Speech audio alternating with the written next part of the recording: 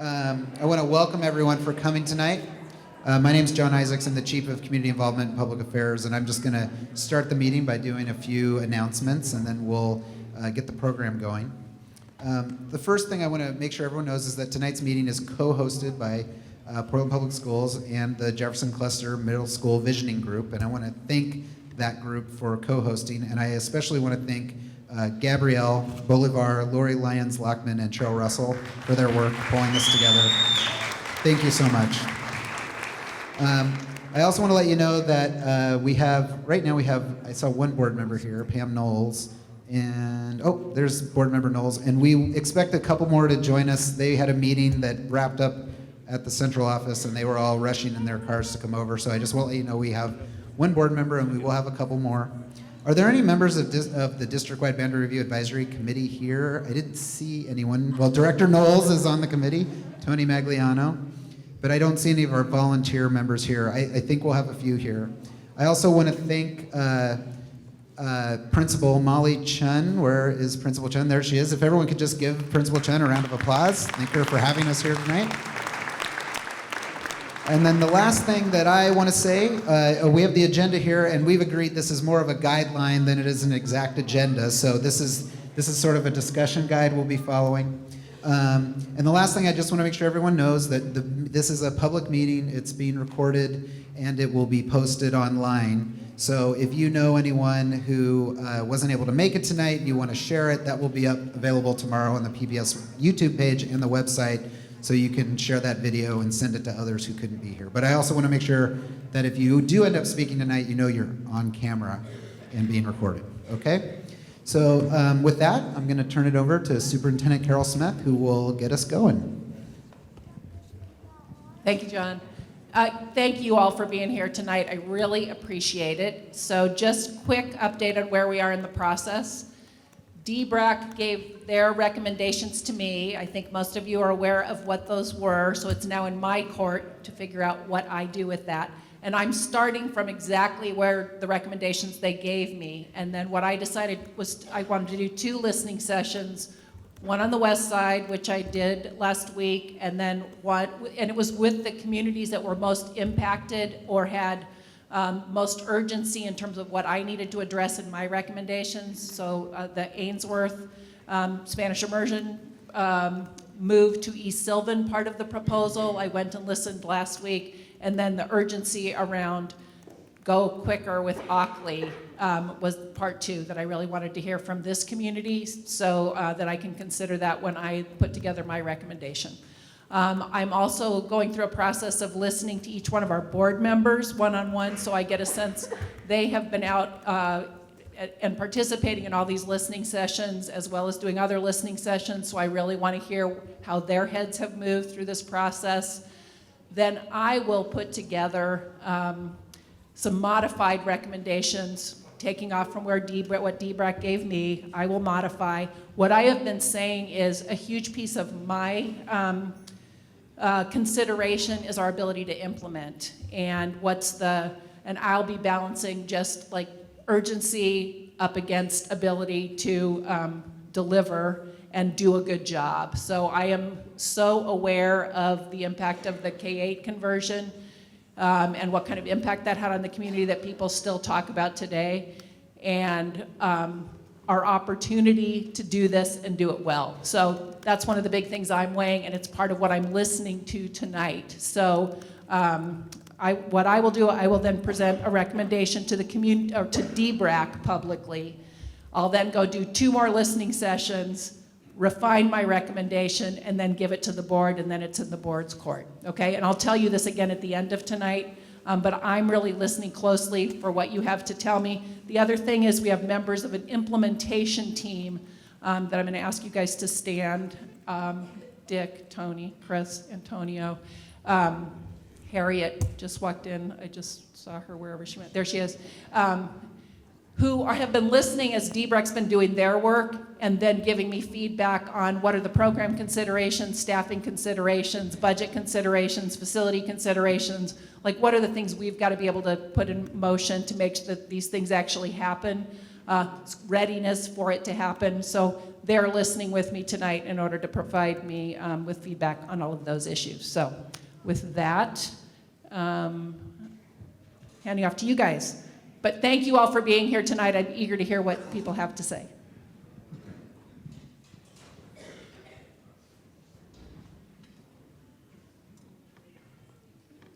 The Jefferson Cluster Middle School Vision Group, I just want to say that we are just full-time working parents that got together to work with our shared community, many of you who are in this room today. In September 2013, the amazing Miss Talitha Benjamin testified to the PPS Board of Directors, "What you have created is something that will bring an atmosphere, that will bring a coalition, like something you have never seen before. So just get ready for it." We continue the legacy of the Raleighs, Talitha Benjamin, Lakeitha Elliott, and the memory of Neely Wells, and many more that came before us and will come after us to continue to advocate and demand a just and equitable education for all of our students. It has started. The coalition is here today. We are not going anywhere. Thank you, Talitha, for your courage, wisdom, and over 50 years of advocacy for all students. We want to give a brief timeline of what brought us to where we are today. In June of 2011, the PPS Board of Directors adopted the Racial Educational Equity Policy. In February of 2013, the PPS Board of Directors, under Resolution 4718, voted to close Ockley Green Arts and Technology, implement DBRAC, and create a split campus Chief Joseph Ockley Green. In October of 2015, PPS presents scenario 1 and 2 at the DBRAC meeting with Ockley Green as a middle school. And that is when our visioning group started. Rolling forward to January 28th of 2016, DBRAC's recommendation: if it is possible for PPS to deliver a robust middle school program at Ockley Green this fall, DBRAC believes it should do so. The Jefferson Cluster Middle School vision is all of us in this room and many more that are not here today. To date, DBRAC community meetings have consisted of 23 hours and 21 minutes of listening sessions, of which we have all participated in. As a community, we came together to present scenario 12 for implementation in 2016. Our vision used existing 5th through 7th grade students in Beach, Woodlawn, and Chief Joseph Ockley Green. Using 5th through 7th grade students, we would have an anticipated enrollment of 477 students in fall. In 2017, we would have 555 students, and by 2018, we could have up to 600 students based on current enrollment numbers. Ockley Green Middle School in 2016 solves problems. It relieves acute overcrowding at Beach that is only expected to get worse. It maintains the Jefferson Roosevelt dual enrollment boundary. It provides critical middle school core and elective programming to more students. All current 5th through 7th grade students at Beach, Chief Joseph, and Woodlawn would attend Ockley Green as a middle school. DBRAC will continue to work on right-sizing boundaries for K-5s in the future. This is just a quick chart to show the different and elective comparisons between Beaumont, a standalone 6-8 middle school, and Jefferson cluster schools. The other thing we've talked about as a community and has been published in the paper is that our K-8s consistently have a reduced schedule for our middle grades. Typically, it's about 3 weeks of direct instruction lost over the middle grades entering into high school from what the standalone middle schools have. Middle school teacher staffing. What we've been told by the district consistently is that enrollment equals dollars equals programming. So we looked at 2 middle schools that are standalone that are similarly sized to what we would project Ockley Green would be. Lane with 471 students and Da Vinci. And we see that it aligns perfectly with 6 sections of 6th grade, 7th grade, and 8th grade for 18 core teachers, plus a minimum of an additional 6 for 24, and additional support staff that we would need to make the transition equitable and successful. And that aligns again when we look at Lane and Da Vinci and what their staffing are. We need our teachers to follow our students.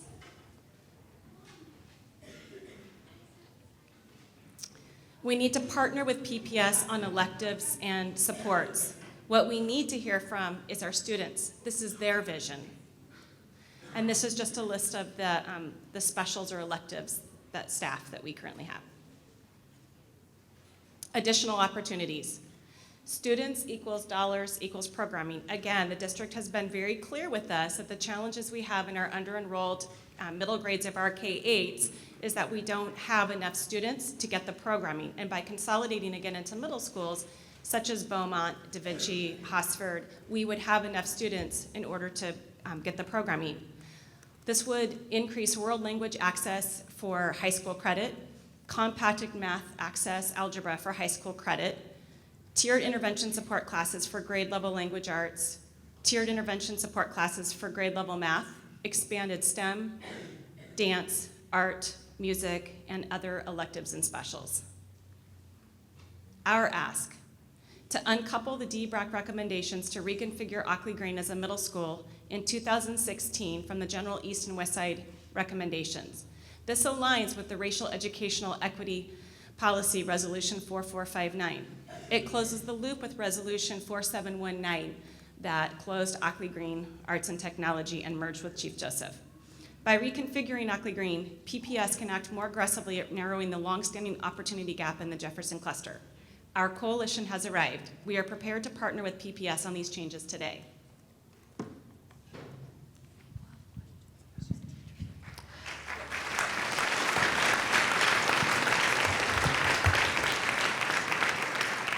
One more thing. We are a contingent of parents who are deeply concerned about the education for all kids in the Jefferson cluster. Please remember that most of us work full-time and also volunteer at our schools.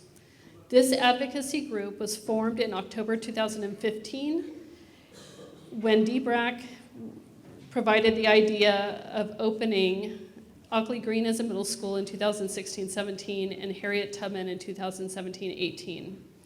In the limited time that we have had available, we have involved as many stakeholders in the Jefferson cluster as possible. You must stand with us and want the best for our kids, want them to succeed, and want them to succeed as much as we do. This is a unique opportunity for PPS to demonstrate the power of true partnership between a holistic group of advocates without money or resources or inside knowledge, and PPS without on-the-ground perspective, to provide our kids the best possible outcomes and educational experience. We need you, and you need us.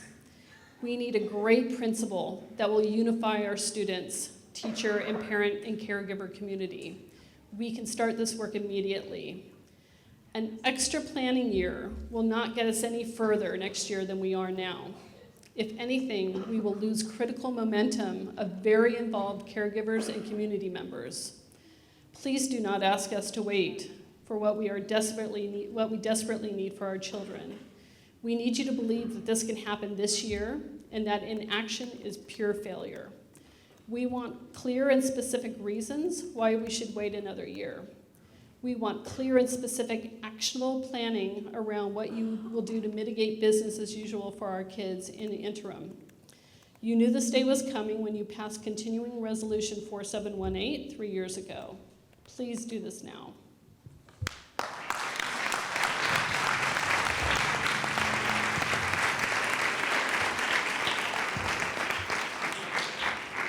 So I think we have some students that want to testify. Do you want to go first? Okay. Hello, my name is Jess.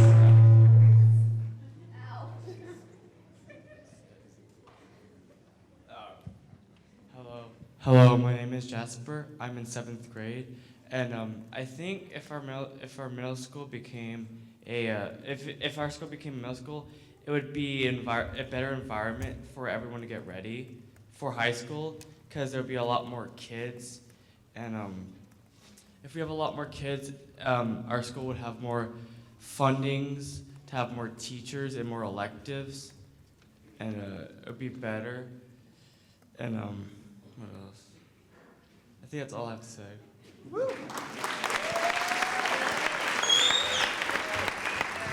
No, you.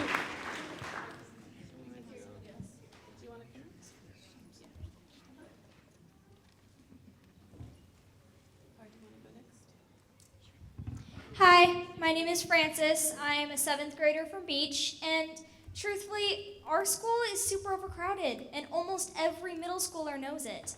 We don't have all that many electives, and we don't have a band. We wish we had a band. We didn't have a theater group or anything. And we middle schoolers, we're pretty flexible. Truthfully, a lot of us think that going to Ockley Green would be a great opportunity to meet new students and have new experiences that'll get us ready for high school.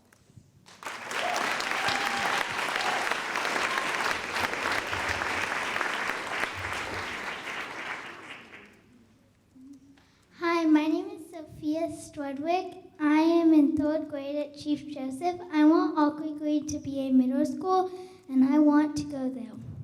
My sister goes to Da Vinci, and I want Ockley Green to have the same kinds of programs. I can walk to Ockley Green, and I want to walk to school and not take the bus. I do not want to go to King or Trillia or Tolman. I should get to stay with my school friends and teachers. If Miss Smith lets me stay at Chief Joseph for 4th and 5th grade, I hope she will let me also go to Ockley Green and not have to ride the bus to Tolman.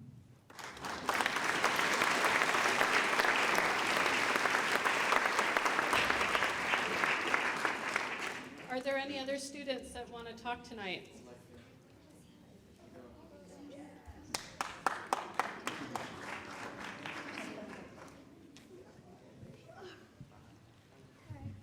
Hello, my name's Alexia.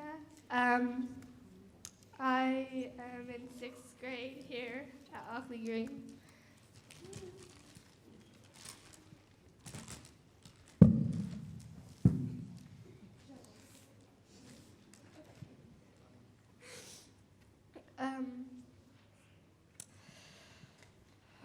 This is hard to say. I love dancing, and I had a lot of friends that I really miss that decided to go to Da Vinci because they have a lot of art programs and dance programs there. And I really wish that we had a lot of programs here that they have at Da Vinci because I love dancing and I take ballet at, I forgot what the place was. And I wish we had, let's see, I wish we had a dance here after school. Thanks, Rand. Like after school, I wish that we had dance, I know we have a dance program here, but that's probably mostly hip hop, and I live hip hop, but I wish we also had like ballet, tap, and jazz, because I love dancing a lot. And one thing that I thought would be cool that I really wish we had here, but they're probably not going to put it in, is gymnastics. Because I'm going to take gymnastics in the summer, but that's like really far away. So I wish we had it here, and that would just be really fun.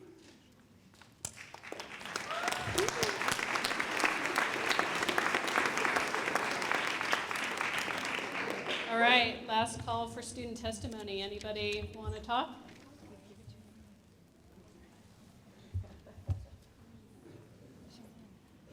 I do. Awesome. Can you say your name? My name's Amelia, and I go to Beach School.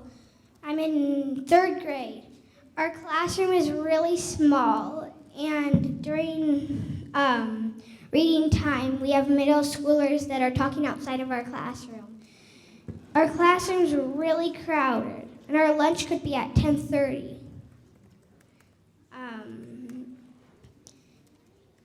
The other 3rd grade classes are really much bigger classrooms than us. Our classroom is really crowded, and We barely have any room to move.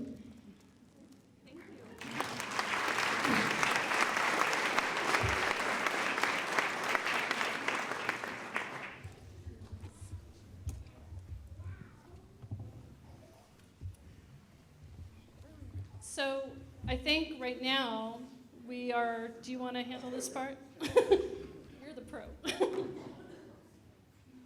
Now what we want to do is have everyone here participate in sharing some of your views. So we're going to ask you to self-organize into small discussion groups.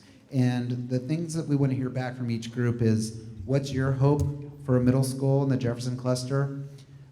What's your long-term vision for the Jefferson cluster? And what are concerns you have around implementing a middle school in the Jefferson cluster?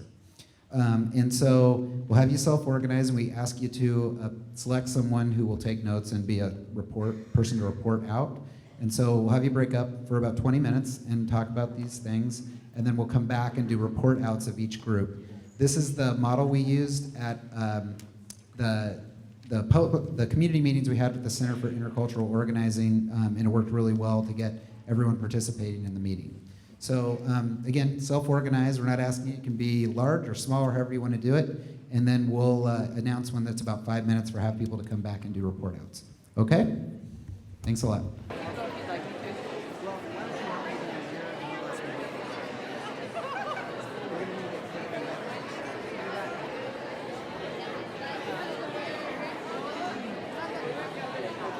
We have staff who have spread out in the room with microphones. And if you're up there, we're going to have a mic for you up there, so you won't have to leave your area when it's your turn to report out if you're in the balcony. So we want to just get everyone to wrap up.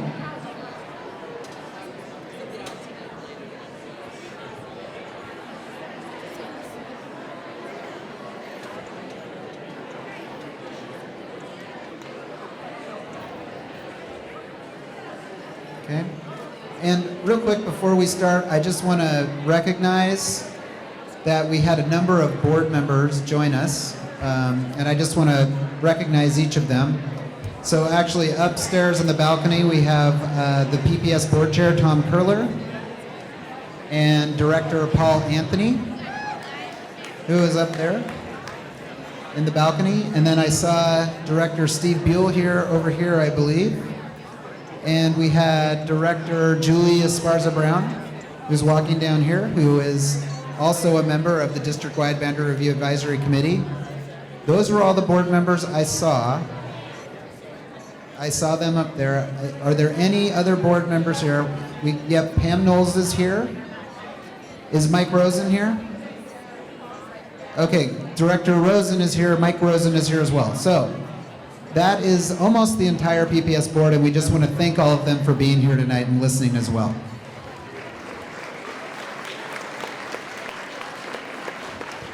Okay, so we're going to start our report out. So hopefully you've got someone who you've selected who's going to report out for what your group discussed. And again, we want to hear what your hopes and vision are for the Jefferson cluster and your hopes for a middle school in the Jefferson cluster.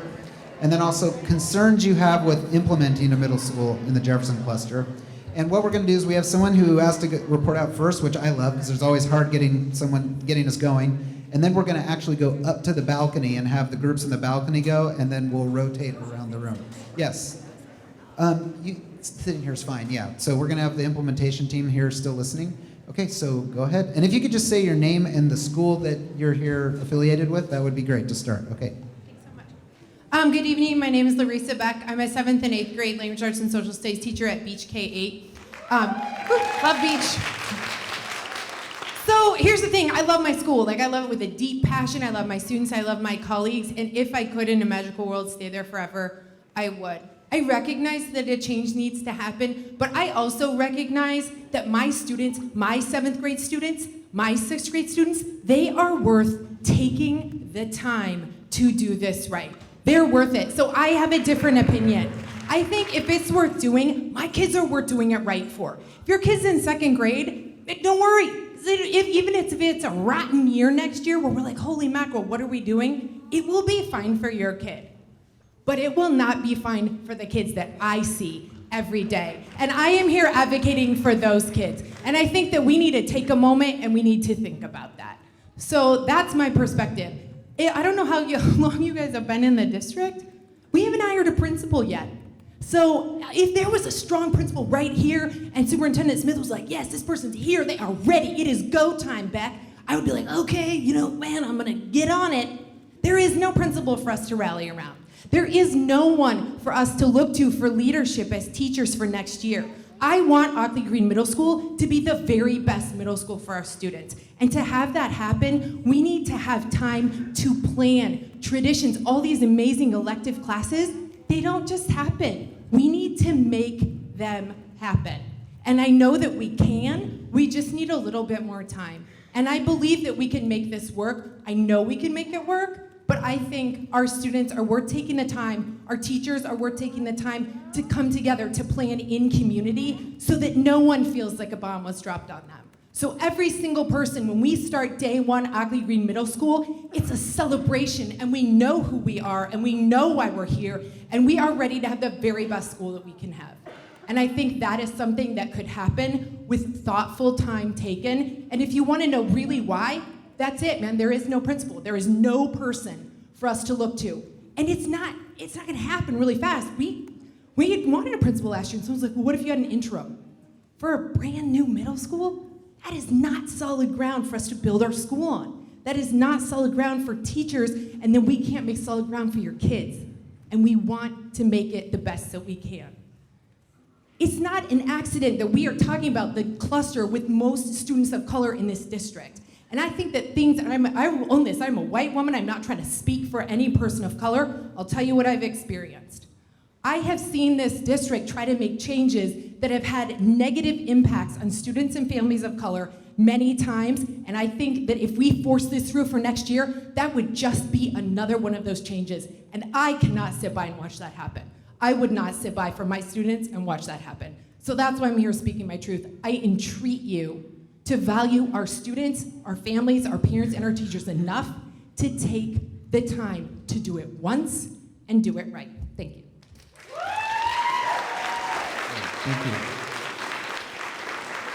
Okay, so thank you. So now we're actually going to go to the groups up on the balcony, and Monine is up there with the microphone. So why don't you start over here, Monine, and whoever was selected to report out on your group's perspective.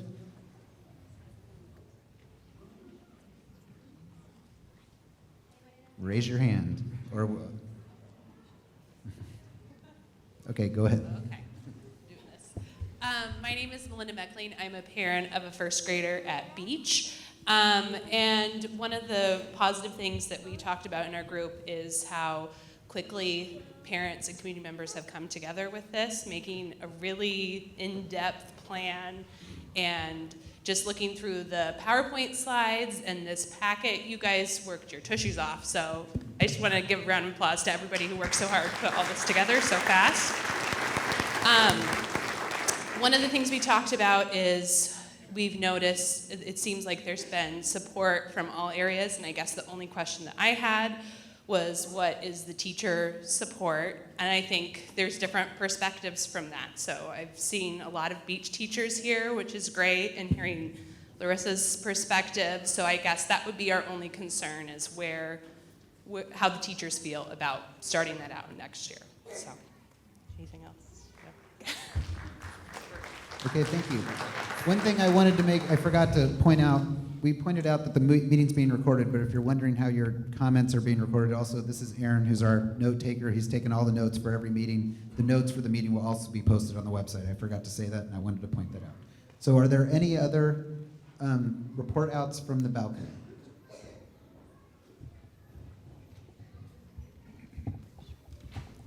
Hey, we spent most of our time just trying to figure out, which schools were going to be coming and which grades and whatnot. But two of us have fourth graders here, and so we really want them to be able to stay as fifth graders to keep some consistency for them, and recognizing that Chief Joseph there's no way that the fifth graders could go back there as far as space. So we were just wondering this proposal if that was a consideration that the 5th graders were going to be able to stay here and keep the 4th graders at Chief Joseph, and that was mainly what we talked about. That took up the whole time, so.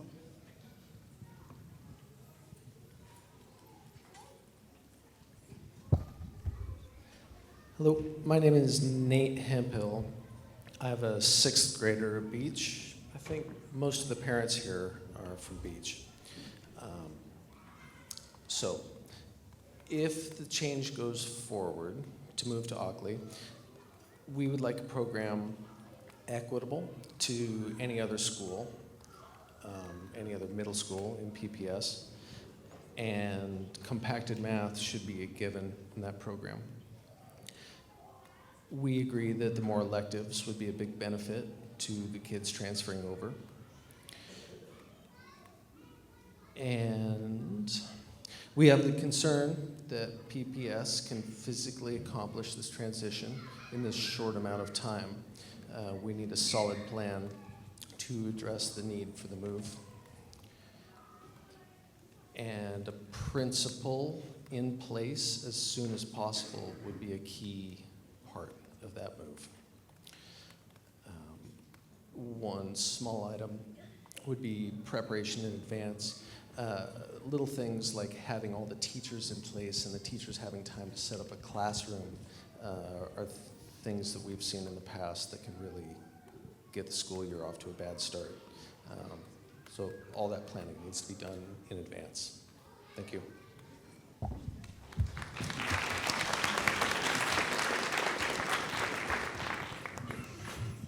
Monine, we have another report out over here.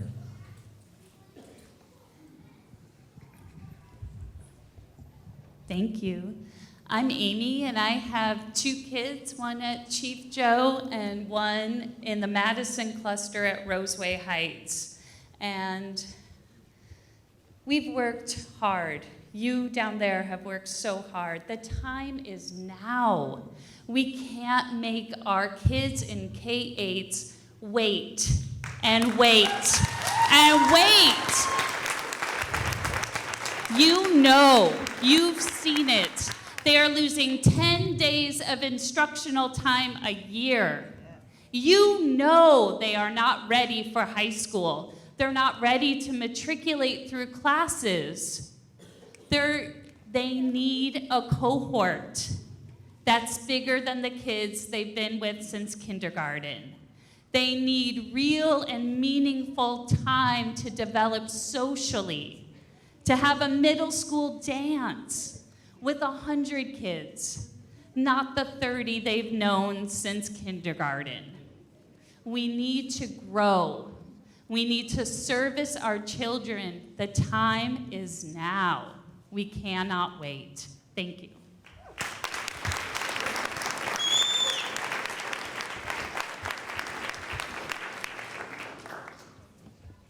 I think we have one more, okay?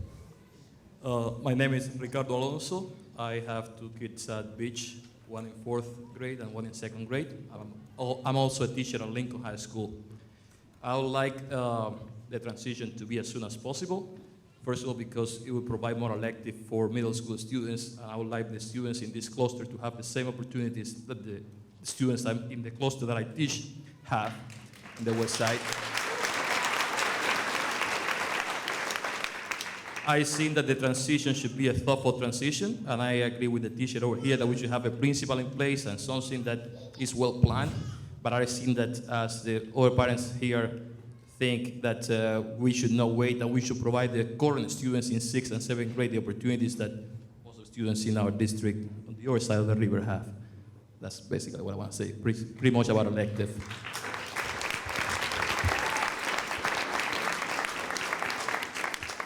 Okay, so why don't we go to report outs over on this side of the room. Judy has the mic there. So we'll move to groups there and we'll move back. Yeah, and if people are willing, if you were in the group that she's talking about, if you want to stand up, so she's not standing alone. Yeah. I don't mind talking. So we're a small group. Most of us are Beach parents. We did have somebody from another school. I was thinking it was King. And For me personally, I'm not speaking for the group on this one. I like sooner than later because my daughter is going to be a 7th grader next year, and I would love to see her have more electives. And also, before I speak for my group, me personally, I hope that the district is hearing not only from the minority of people who think one way, but they're seeing the broad spectrum and hearing from the swath of people. I usually don't attend these things, but I thought it was important to come out and hear what was going on in the community. So I'm usually never a voice, and that's my bad.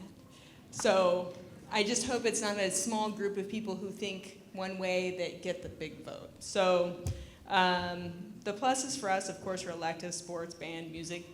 We had a dancer that spoke on our behalf.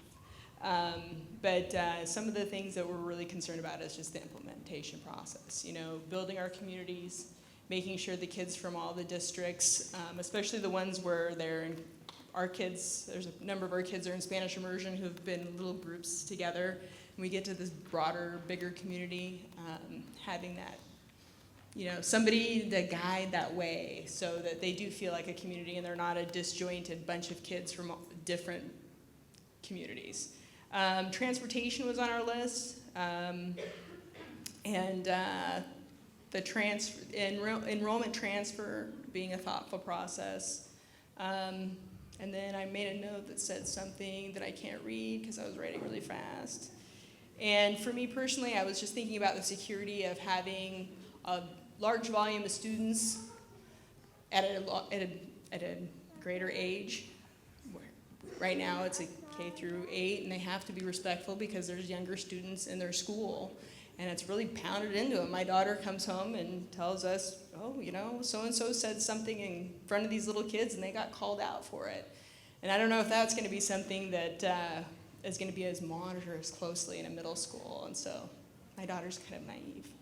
But so those were, I think, did I capture what we were talking about?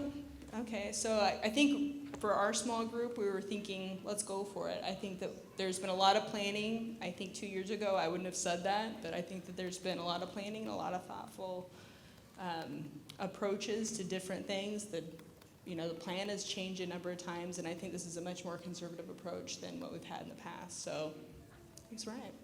We're close.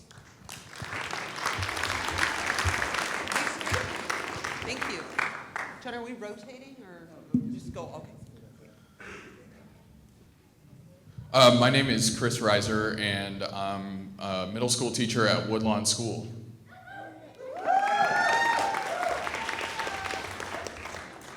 First of all, before I even get into comments, what does it say that we only had one Spanish language interpreter here tonight for all of the Spanish-speaking people that we're supposed to be listening to?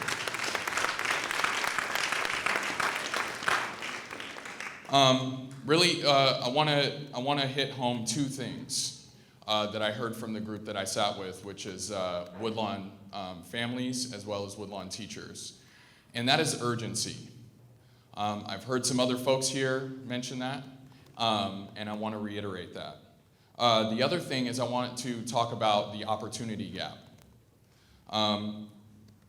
First of all, we in our group agree that the change needs to happen sooner rather than later. We need to move forward and get this thing going because our kids now, 2,300 students, have gone through Woodlawn, the Jeff Cluster, and have been absolutely, as the gentleman from Lincoln said, they're not getting what the Lincoln kids are getting. That is an opportunity gap for those 2,300 kids. So we started them out behind in the schools. They went into high school unprepared, and they were less likely to attend college. And if they did, that was a slog because they were not prepared for what was there for them. That affects our economy. That affects our community. Those are very real impacts that now, 10 years later, are going to be coming home to roost. Those kids are now adults, and how much are they able to contribute economically, socially, right? Because they did not get the same things that other kids in Portland Public Schools got.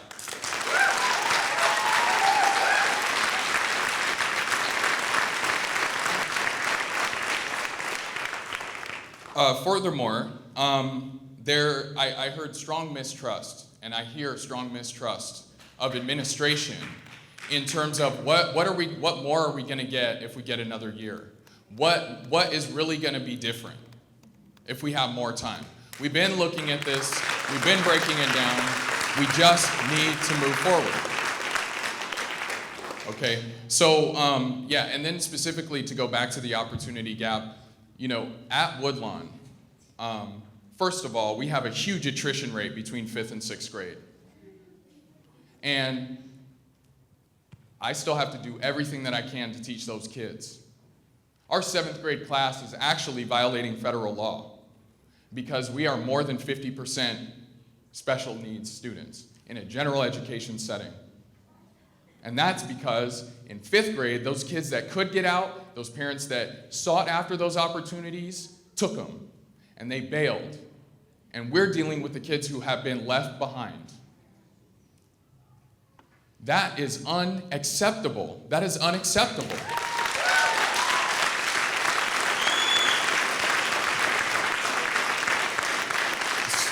So the students that I've taught now, this is my 3rd year at Woodlawn. I've been working with the kids that started in 6th grade, went to 7th grade. Now I'm teaching them 8th grade language arts and social studies, and I am frightened. I am scared because they don't have math. They didn't get compacted math. We don't have compacted math at Woodlawn.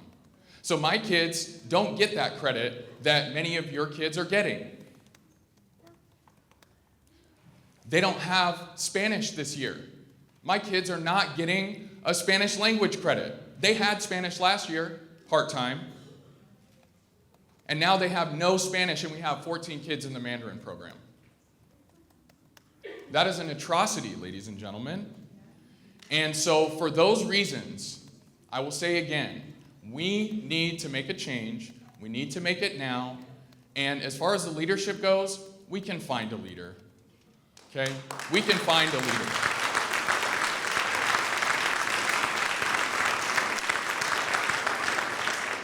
And I know that leadership makes a difference. I've seen it in the short time that I've been at Woodlawn. But by the same token, there's a lot that teachers can do when we're fired up and when we're ready to go and when we have so much opportunity and we have the vision that we have for this middle school and for these middle school kids. So let's go, let's do it now, and let's get our kids the opportunities that they need.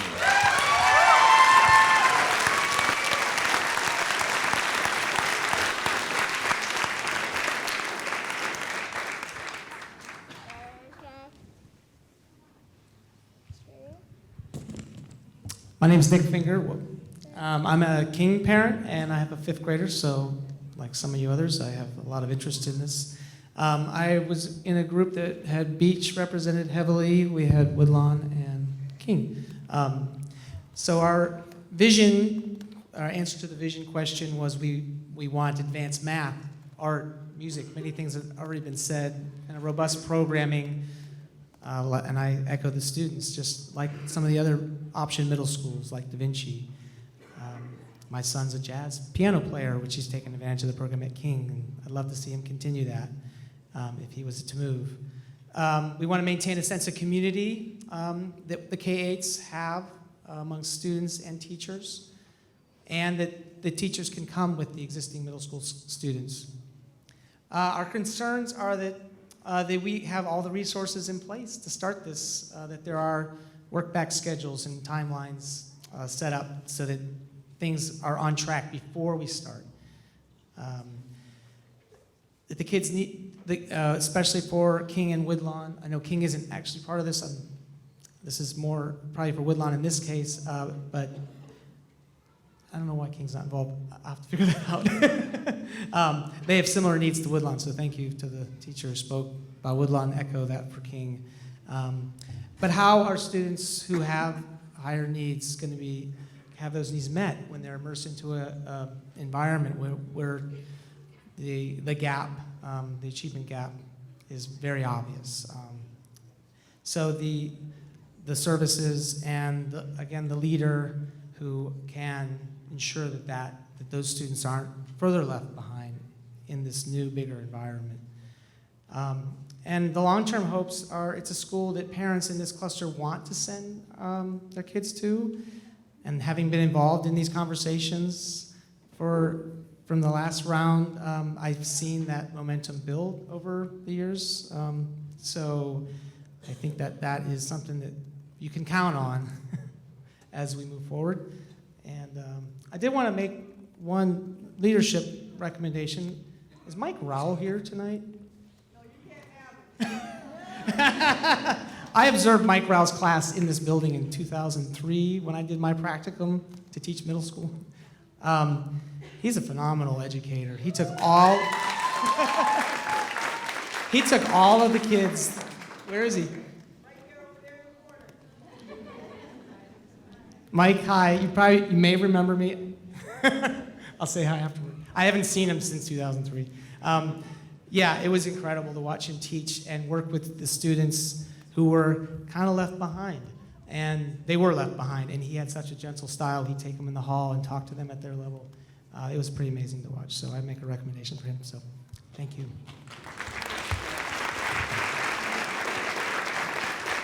I'm going to go here, and then I'll come right back to you.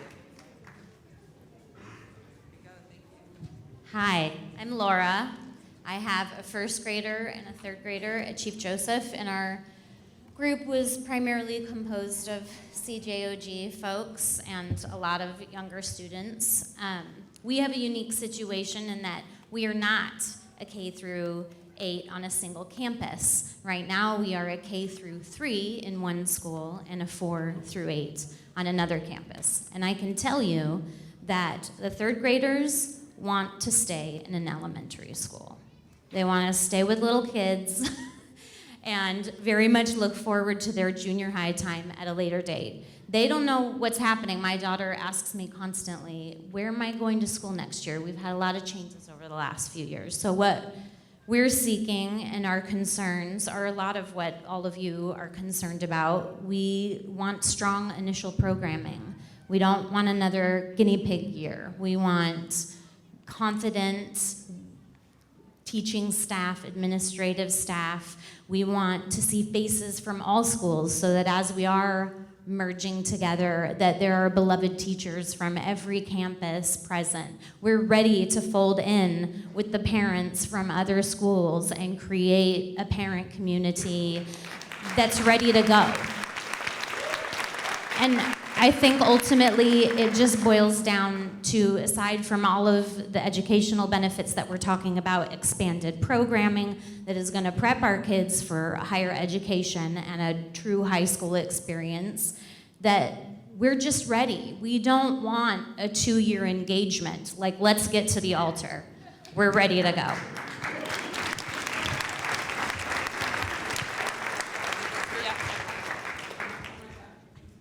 I'm Sarah, a Chief Joe parent in the first grade, and we had a mixed group of Beach and Chief Joe folks out in the hallway. I would really like to second Mr. Reiser. He was spot on with everything he was saying. So thank you. So I'm not going to repeat anything he said. And also, right here, we are exhausted at Chief Joe Ockley Green, and we've been in transition for a long time now. Even though I just started, I'm already feeling it. So our big ask in our group was that the resources needed, including staff time, administrative time, are given to make this happen so that it happens quickly. So we feel like we've been neglected. We feel like we haven't received the resources necessary to make a good transition the first time. It's essential that the board says this is a priority for us. We're gonna make it happen. We have really smart people. We have really smart leaders. We're gonna give them the time and space they need to make this middle school awesome, and it's gonna happen in 2016. Because we know you can do it. We know we can do it as a community, and we know the will is there. We just need to make sure that the space and money is there to make it happen.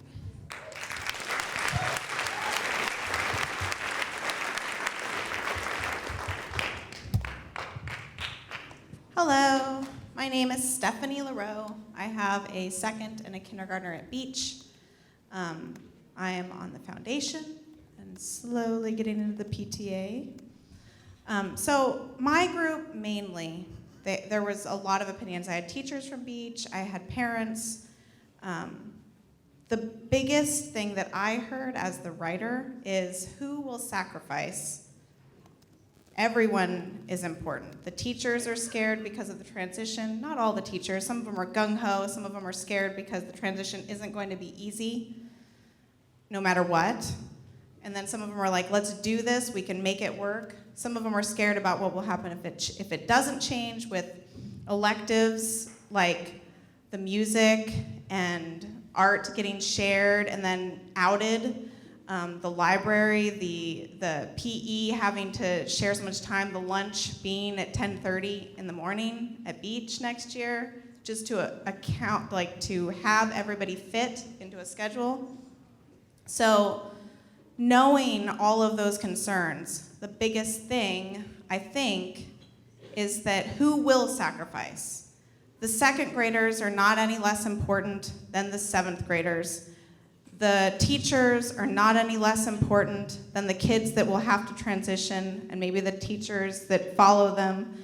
I think we just have to go and barrel through, because whether you wait a year or 5 years or you do it right this second, I think it's not going to be easy. And that's what we're all here for as a community, is to be together and to fight through some of the things that are not going to be easy, but making sure that everybody is important and taken into account. And that's what I felt like, out of all the opinions of my group, that's the most important, is we are all important, but we're all together if we're together. So, yeah.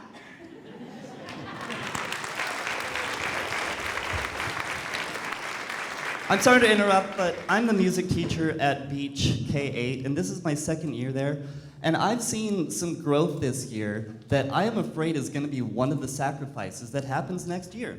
The music program is going to be put into the auditorium and expected to have an actual music class there in tandem with indoor recess, picture day, any kind of rehearsal or anything that may happen in the auditorium, which is going to be a conflict, not only between the teachers that work there and the other people that are trying to get into the auditorium, but the students that have to share that space. And I don't think it's right for them. And I don't think anybody in this room who is paying their fair share of the arts tax wants to see a music class taught in an auditorium.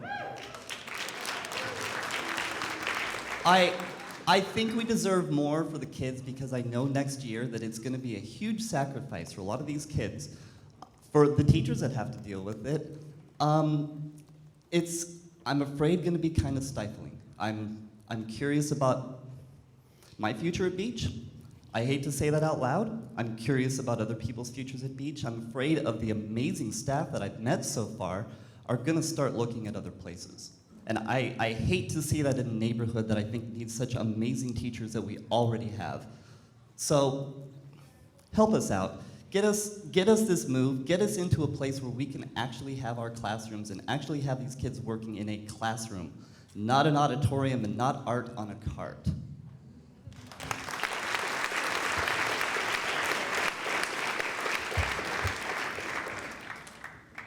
Hi, thank you. My name is Karen.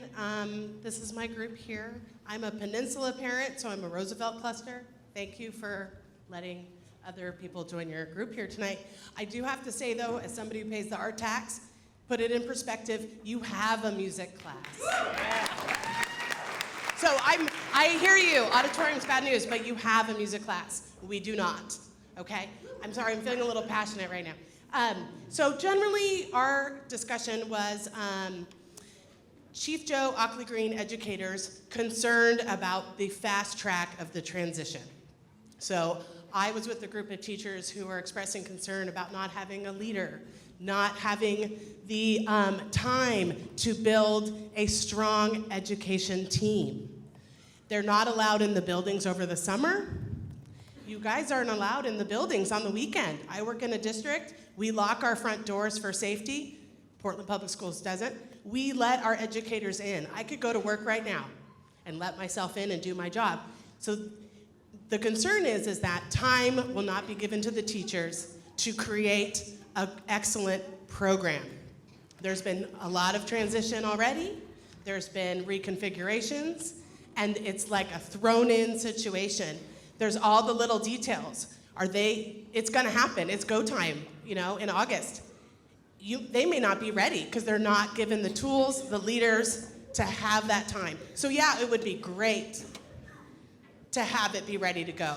But I think we need to slow down a little bit and think about the educators who are expected to do the impossible without the tools.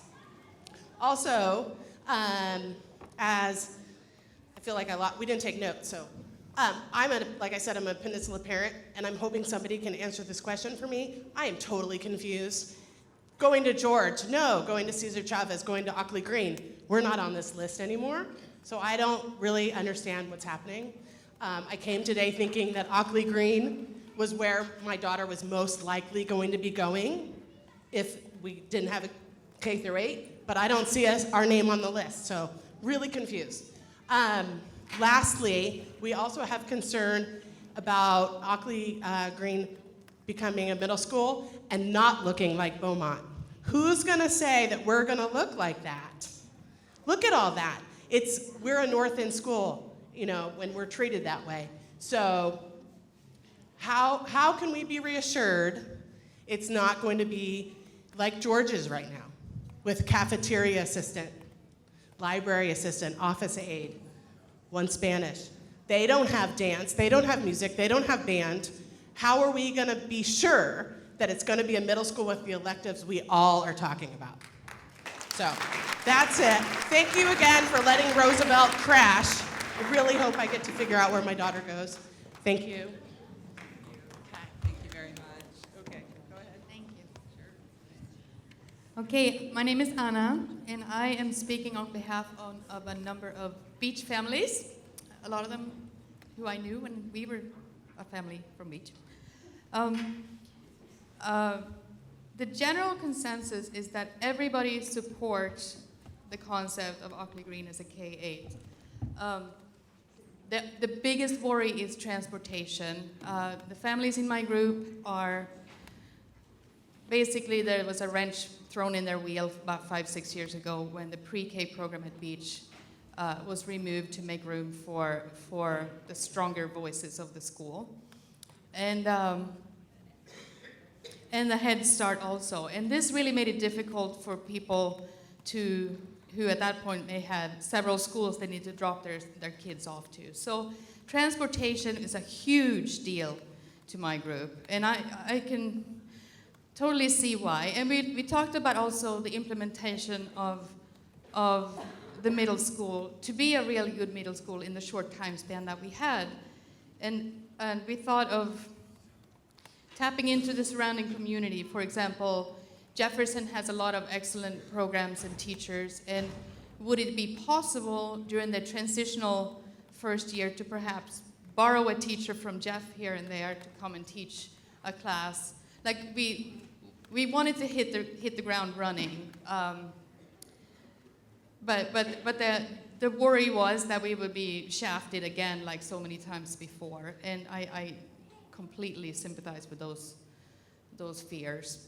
But I think based on what we all thought, we talked about compacted math, we talked about electives that go beyond the cafeteria assistant and whatnot, dance, music, all of those things that everybody wants, and everybody wants it, but the transportation has to be solved. And we all wanted some kind of guarantee from PPS that this will not happen. We were wondering, with the 6th, 7th, 8th grade taken away from Beach into Ockley Green, would that possibly free up time for the preschool to be reinstated? That would be a huge help, and it totally logistically makes sense. So yeah, the take from my group in a nutshell is overall positive. Oh, and another thing, we want very much for the teachers to be involved in the process, given the time, to have a good principal that will be allowed to really work on this program over the summer, pretty much freed up right away, given this post, given this job to start immediately to build up a good curriculum, a good team of teachers, with existing teachers that will come and move with the students. That's totally a possibility. But the implementation is huge, transportation is huge, and other than that, it's overall a very positive for this idea. And I think, thank you, a huge thank you to you guys who put all this together. It makes all the sense in the world. So I've got, hello. You guys are doing a great job. I know a lot of groups that are waiting to go. So I have a gentleman here, I have a young man here, And I just want to do, you know, we just want to ask everyone like about 3 minutes with your comments. Yeah. So I'm getting a little nervous. We won't get everyone in. So it's about 7:31 right now. So thank you. Hello, I'm Joshua, and I have a first grader and a fifth grader going to Chief Joseph in Ockley Green. And I spoke with a group of 8 folks from Beach and Chief Joe campuses, and kind of split opinion. One opinion is we all agree this should be a middle school. Let's take the time to do it right and have a vision and have a plan and don't make it a lost year. And then kind of a competing vision is that the Chief Joseph Ockley Green community has been through this before. And we were told there was going to be strong leadership and a plan and a vision for a dual campus, one heart, and it still was kind of chaotic the first year. But we got through it, and it's kind of a good prototype for a middle school right now here at Ockley Green. So that being said, there's 2 concerns about waiting a year. The first concern is that the current low enrollment at K-8 schools, a lot of the students are already having a lost year. In fact, they've had 8 lost years. And on the other hand, if you're going to wait, please tell us how we can make that better for the students that have had all that lost time. How can we make it better for those students, more equitable? And then secondly, there is a lack of trust that exists for how well a year of planning would be spent. Or maybe we're just kicking the can down the road, and we might be starting at a similar spot in March 2017. So if you're going to wait and spend a year planning, please tell us, how are you going to operate and fund a strong visioning and planning process? And I'll just make one quick personal comment, and that is that in this room and in this community, there is so much strength and ingenuity and ability to come together and to work with the school district to make this a great school. But what I've seen in the past 3 years of this community is not a lot of great communication and not a lot of opening up and asking for the parents to come in and help make it great. So I think that's going to be a key indicator about whether this will work here, whether it's next year or the year after. Is this district willing to put in place administrators, and are we willing to get a PTA working all together to involve everybody?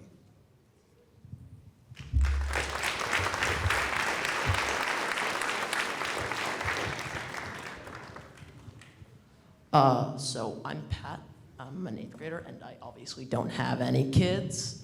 But I think students are underrepresented here.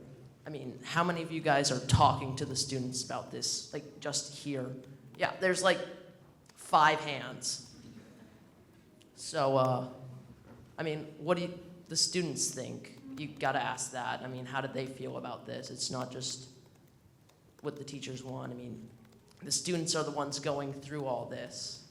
And I'm not gonna be going through this, so I mean, but like the 7th graders or 6th graders, 5th graders, they're gonna be going through this. They're going to have that experience of moving to a whole different school. So I think we should talk to them about that.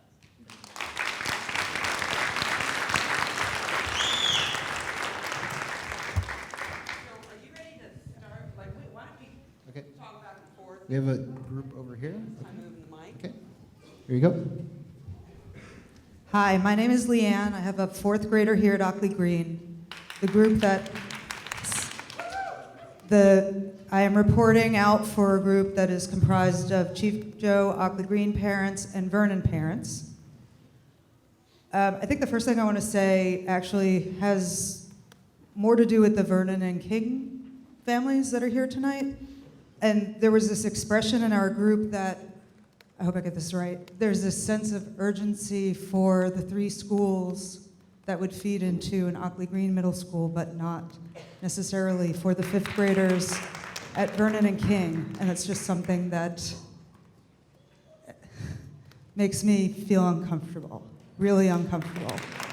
As a Jefferson cluster parent, if the urgency exists for our 5th graders, it exists for all of them.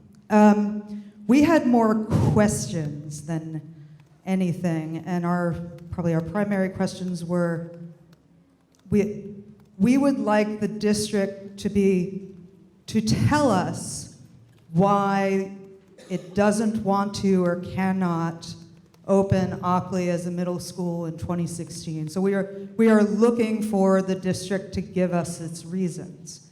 We also would like the district to explicitly tell us, if we wait a year, what specific extra planning will happen. And regardless of whether Ockley opens as a middle school in 2016 or 2017, will this reconfiguration / upheaval / disruption happen again anyway in another 6 to 8 years? We have some specifics, and I'm going to punt on several of those just in the name of time, but one of the specific questions we had was, will teachers be more able to do professional development with more time in the day if we have a middle school as opposed to what we have now? And will they get the right professional development for this cluster? Let's see. People said things that were...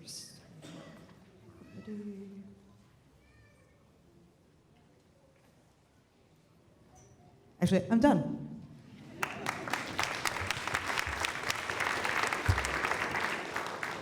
Hello, I'm Steve Lanigan from Beach School. I have a daughter in 6th grade, a son in 2nd grade. Our group was kind of supporting the wall over here. We're a mixture of Beach and Ockley Green, I believe, mostly. And we fully supported making the change this fall for all the reasons that have been presented.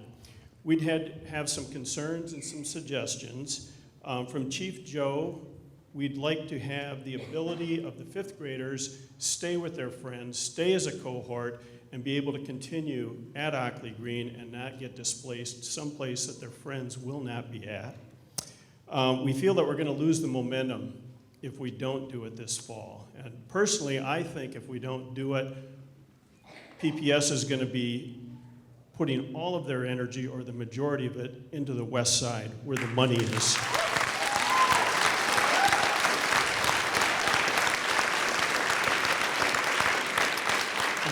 One suggestion that we had was based on a program that's working very well already at Ockley Green, is to continue the restorative justice program with the necessary resources to make it a viable program. So in other words, don't make it dependent on getting another grant.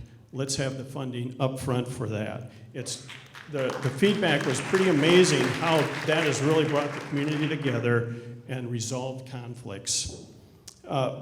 We realize there's going to be some challenges, and so let's be thoughtful of that. Expect challenges to occur, and everyone be willing to deal with those and give us the resources so that we can deal with those.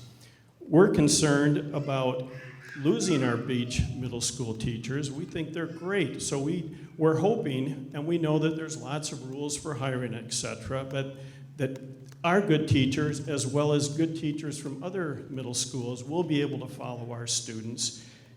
If there are openings, we would also implore you to start the hiring process now and not wait till sometime at the end of the summer, where you're basically picking up people that haven't found a job.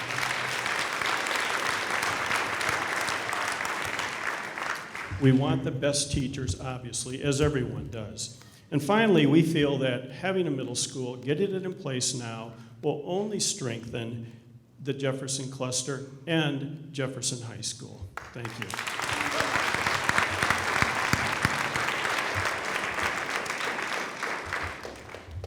My name is Margaret Montanez, and I'm a mother of 2 at Beach. I have a first grader and a third grader.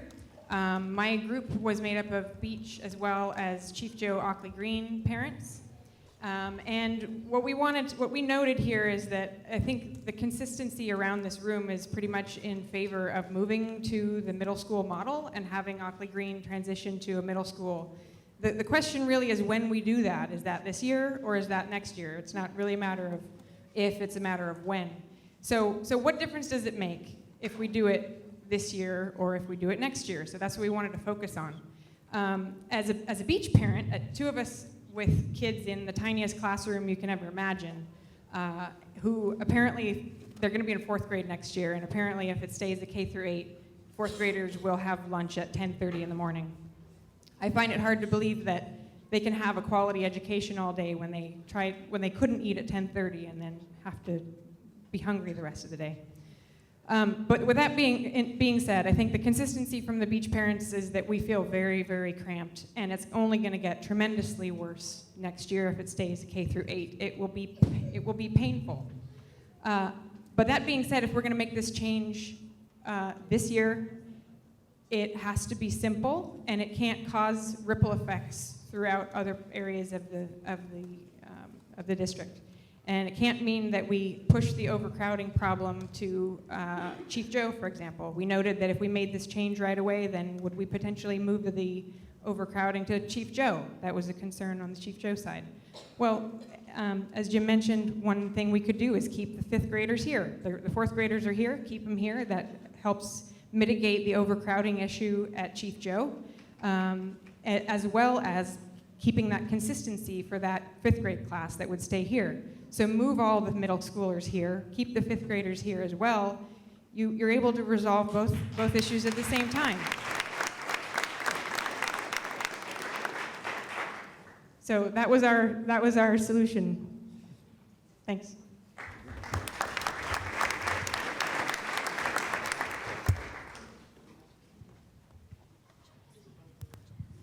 Hi, my name is Melissa. My group was composed of Chief Joseph Ockley Green parents, specifically former Ockley Green Magnet parents. Our hopes is that we front load the needs of our kids, specifically the former Ockley Green Magnet kids who have undergone some pretty tremendous disruptions the last few years.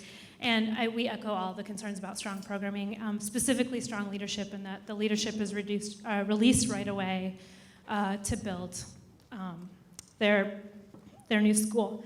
And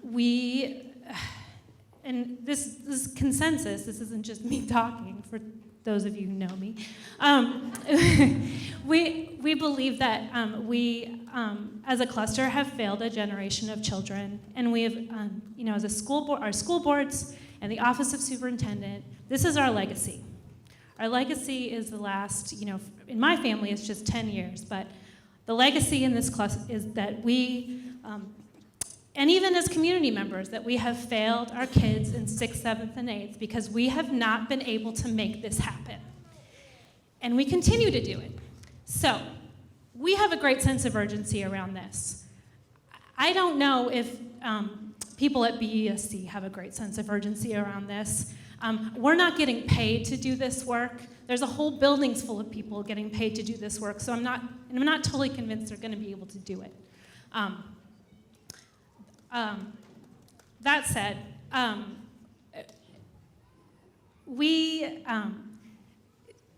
you have a really valuable asset in this room. You've had valuable assets that you've let slip through your fingers and go on to our high schools for the last 10 years. And we don't want this to be the legacy of our cluster, to wait.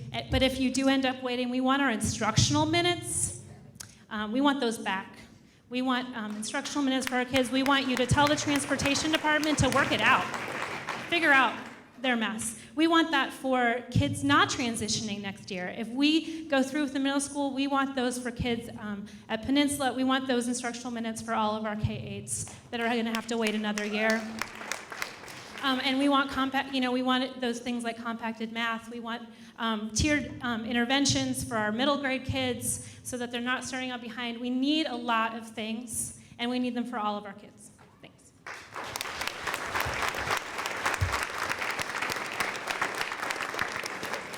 My name's Nova Newcomer, and I will say first I'm a Jefferson Cluster parent because we're all in this together. My son goes to Chief Joseph Ockley Green. He's in 2nd grade. He was in the first class of the newly merged school. And we have representatives from King, and we have Trillium Charter School here. All of our group wants a middle school next year and is interested in a middle school next year. There's a few points that one I want to reemphasize because we heard it over here, is that there are other kids, Leanne, there are other kids in the cluster who are also waiting for a middle school and waiting for that robust program. And an idea that came out of our group is that the kids at those schools should have the option of attending that 6th grade program next year here at Ockley Green while waiting for the potential of Tubman in a future year. I think that's an idea worth noting and considering because that urgency for all of those kids is here and right now, and we can't have more lost years. I think there was some big concern around making sure that when everyone's talked about the programming actually delivering that program.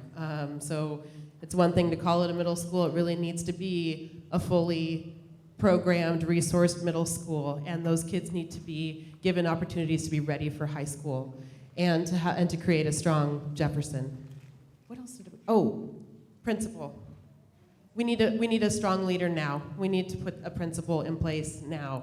This is the time to be bold and to do the right thing for this community, for Jefferson Cluster, and to listen to these wonderful teachers who are telling us that this is the right move to make. I know there's some other opinions among the teaching staff, but I'd like to hand the mic back to Chris Reiser, actually.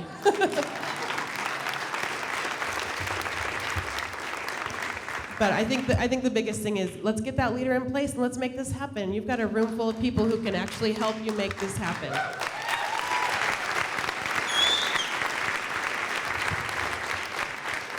Hi, I'm Jason Bloomklotz. I'm an Irvington parent. I have a 6th and a 4th grader. Our group was a diverse group of English speakers and Spanish speakers, students and parents. So we have a really broad set of opinions.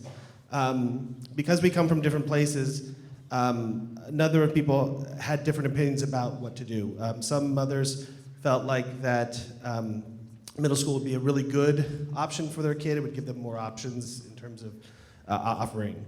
Others were concerned because they felt like the model of K-8 works best for their families in terms of cohesion and being able to stay together, and they wanted that to be honored. Another mother also was concerned because her student is a 7th grader and the disruption. She's concerned about the quality of how things will go in a transition. So we couldn't come to agreement about that, but we did talk about what would happen if there is a transition, because that's really what needs to be talked about. And as a child of this neighborhood, proud alumni of Tubman, I went there when it first opened, I know what is not happening. And if you were around then, you know what is not happening. And so we are watching, all of us. And we can't continue on this path. We have to find ways forward. And that's complicated, like this group that I'm working with is complicated. But we must solve this problem. It's gone on for way more than 20 years.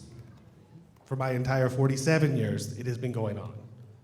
So, if there is a transition, and when there is a transition, things that need to happen, better elective choices, including, this is from our students as well, dance, Spanish, Chinese, cooking, and sports. They would like to see broader social opportunities at the school. So making sure that a really good social structure is put in place to make sure that kids have a really fruitful, wonderful middle school experience. keeping teacher groups together.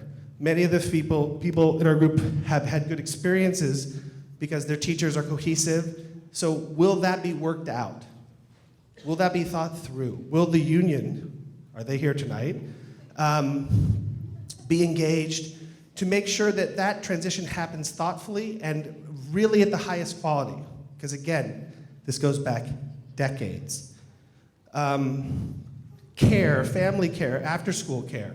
Will there be appropriate care given and opportunities so that working families have the opportunity to have the kind of quality education? Because it's not just about what happens in the classroom, it happens after school, before school, to make the transitions correct.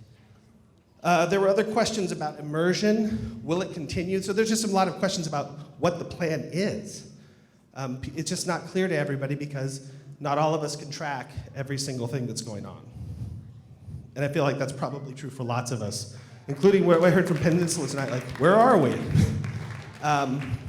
So how do we, and that speaks to communication through the cluster and through our schools.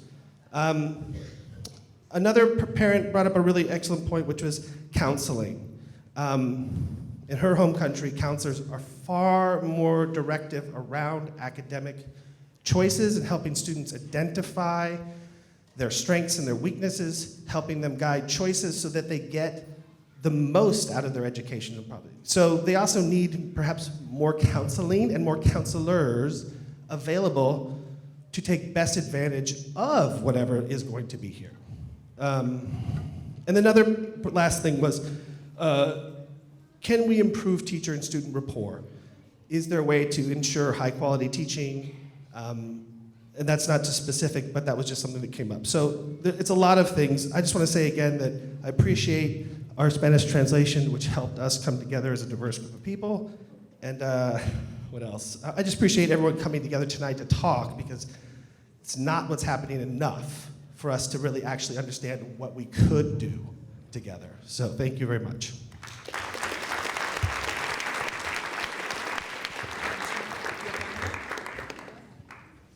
Richard Greenstead. I have a 4th and a 6th grader here at Chief Joseph Ockley Green. I'm speaking for myself, actually. My group already spoke, but I just kind of want to say my piece here anyway. But 3 years ago, Chief Joseph Ockley Green was voted to merge without this group together, cohesive, and pushing for it. It was just, the community was told this is going to happen, and the district wanted to do it, and the district made it happen, and the community still came together, and it worked. And Chief Joseph Ockley Green has a wonderful middle school program. I am super happy with the middle school program we have here. That is not the case for students over at Woodlawn, students over at Beach, and even schools that are not included in this plan. We need to act bold. There's lots of board members in here. Decouple it. Stand up right now and say, let's just make this happen. The whole reason DBRAC was put together was because of what happened back in 2013. So pull it aside and make it happen. If you want to do it, you can do it. And the community's here to support you in any way you ask for that support. So I hope that'll happen. And any K-8 that stays for next year needs to have the instructional minutes for all middle schoolers to have the same. Okay, we have time for one final comment. Oh, you have two? Okay, two more, and then we'll wrap up. Okay, thank you. Thank you. Buenas noches. Good night. My name is Mauricio, and I was a Beach parent for almost 10 years until about a month ago. And our group was composed of most non-English speakers, Spanish speakers, and I served as a Spanish translator, English-Spanish translator. So I'm not going to be, I don't want to reemphasize a lot of what has been said, but a lot of the parents in our group said they agree with the changes, but they're very afraid of the lack of support that up to now has not been promised as far as transportation. A lot of the parents in our group have kids in pre-K, Head Start programs, regular 4th, 6th, and 5th grades, and then some they're going to be in the middle school. And so they're really worried about having to split various different directions to take the kids to almost simultaneous times. And so what they were really asking for was support for transportation, number one. Number two, also, if Beach was to become just a K through 5. Maybe once the middle school has parted out of the building, maybe we can reinstate Head Start or pre-K program at Beach. Maybe there's more room given there. The other thing that they also, a lot of the parents in our group have stated is for these to happen, and they do understand that there is a great need for the change, for the support that middle school kids need, but they really need to support the teachers. They need the teachers to be along the change, to be able to walk with the students, to be able to walk with the parents. And lastly, I want to just say a little bit of a personal experience I had with my daughter, Brisa.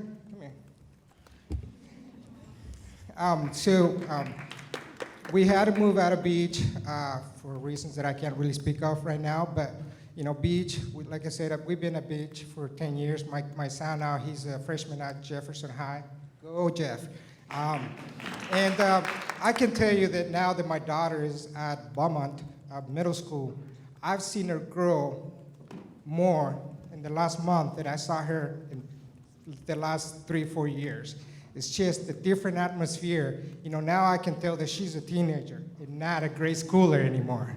And that's just in 1 year. So to me, that's my personal experience. That's my 2 cents to the story is the difference in atmospheres makes a difference in the kids.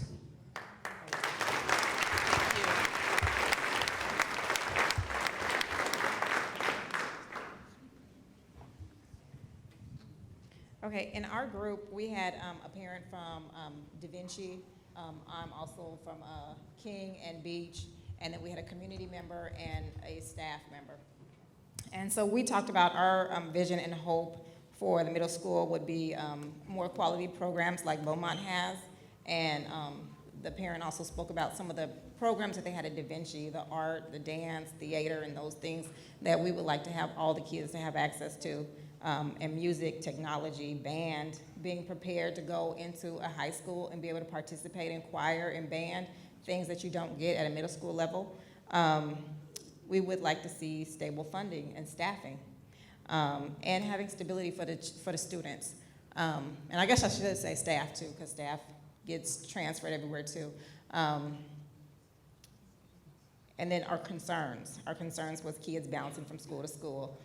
There's been a lot of transition since, 2012, basically, with our group of kids, and probably before that. The implementation planning must be intentional, and community building needs to happen for the families and for the staff. Someone said that Chief Joe may still experience some overcrowding even with the changes, so that was a concern. And we felt that the middle schoolers needed to experience a typical bell schedule to get ready for high school transitioning from class to class. So on a total side note, I'm glad to see that we have a lot of our Latino brothers and sisters here. I would have liked to see a lot more black families here, because a lot of us are not getting information at some of our selective schools. So I do want to put that out there, because there are board members. Carol Smith, you're here, and I like to call this out. Some of us are being in oppressive situations and conditions in our buildings where we're not getting access to the same information as other people in other school buildings.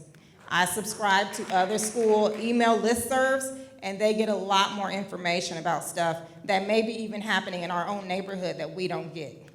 That's not right. We didn't get the handbooks about the DBRAC recommendations. I went to Beach and had to bring it over to King to show, why aren't we getting these handouts? Why aren't we finding about conferences that are coming up? And I'm sharing from one school to the other. I shouldn't have to do that as a parent. Everything should be coming out of your communication department, Don Isaacs, wherever you are. You're not hitting every school, and if you are, they're not sharing with the families. You need to fix that. And everything cannot be done electronically on the internet when we still have some parents that are dependent on paper.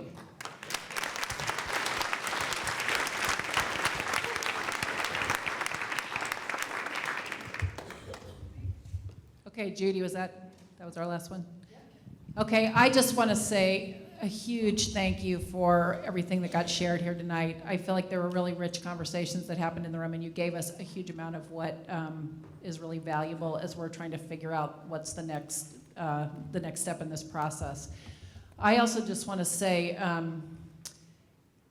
there was a universal call for a middle school, which was not true when we did this process of the Jefferson enrollment balancing back in 2013, where when we entered that process, I actually thought the narrative I was hearing was a readiness to go back to a middle school, and we actually heard a pretty even split of people who are pretty attached to their K-8s and were not really ready to go back to a middle school. And we didn't have we couldn't come to something that felt like a universal cry for middle school. We had high value on the connectivity of the K-8s and a cry for the electives and the diverse offerings you get in a middle school, and not a critical mass to be able to do a healthy middle school and keep K-8s alive. So we were really just totally in okay, we don't have someplace to go with this, and also with no resource to make anything happen with. So the fact that and this cluster was what sent us into looking at this district-wide, which, as you know, is hugely complex. But we're faced with a really different challenge right now in that we are now a growing district rather than a declining district. So we're just in a very different challenge of how do we grow to accommodate an increase in the number of students and be flexible enough that we're able to accommodate but grow with some integrity and ability to offer quality programs across the entire district. So we're in a really different situation right now. The fact that this community is coming together representing this many different schools in the cluster, and everybody is saying this is what we want, is like enormous. So I just want to say thank you so much for the vision you have just shared with each other and with us about what you want here and what you can see being possible at Ockley Green. Make it happen next year. Well, and I hear that cry for urgency, and it was what we needed to hear from people, and there's huge complexity. We will take it back and take that to heart. I'm going to be meeting with board members one-on-one tomorrow, so I'll get to hear where their heads are. I'll get to hear from the implementation team. I want to hear from teachers, so a little bit more too in terms of what that means to actually be able to do it. And then the leadership question is a really big question. I know people think we can pop out and grab somebody, go. I know they do. So just to say, I got what I needed tonight from all of you, so I just want to just say great appreciation for you all being here. And what I will be doing, I'm going to say this one more time, I'm going to meet with board members tomorrow, doing my one-on-one. I'm working with my implementation team. I will then call DBRAC back together, so the DBRAC committee, and I will present, here's my best shot at the next iteration of a plan. They'll be the first group of people that I bring that back to so that they have the opportunity to give me feedback. I will then put that out and go listen to people, do an east side listening session, a west side listening session, and then tinker again before I give it to the board. It's then in the board's court.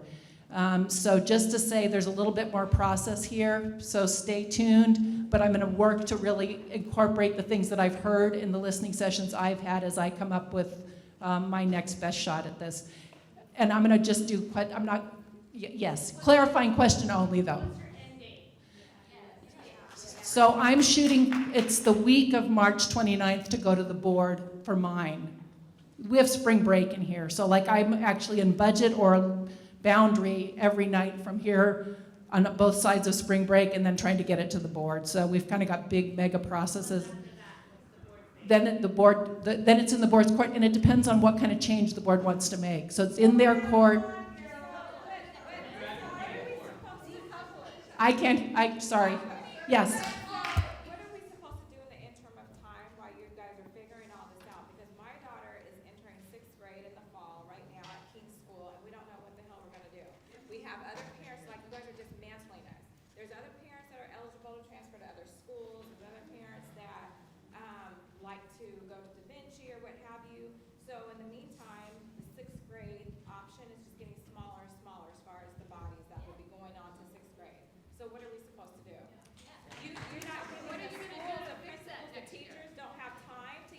So here's what I'll tell you. At the moment, you're doing what you're doing. So you're in the situations that you're in. Numbers of things, like my budget proposal for staffing for schools as they are right now comes out on March 8th. We'll start staffing our schools for next year on March 9th. So as of right now, you are exactly how you are.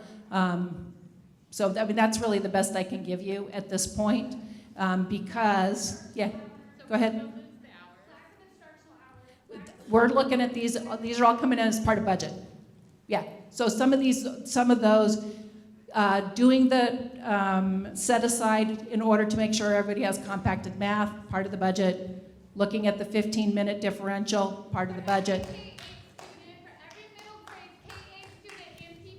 So here's what I'm gonna say. I'm gonna call this our evening tonight. So I'm gonna say thank you guys and let you guys go, but stay tuned. Yes, budget, March 8th. Getting something to the board on my boundary thing will be the week of March 29th. Thanks you guys so much.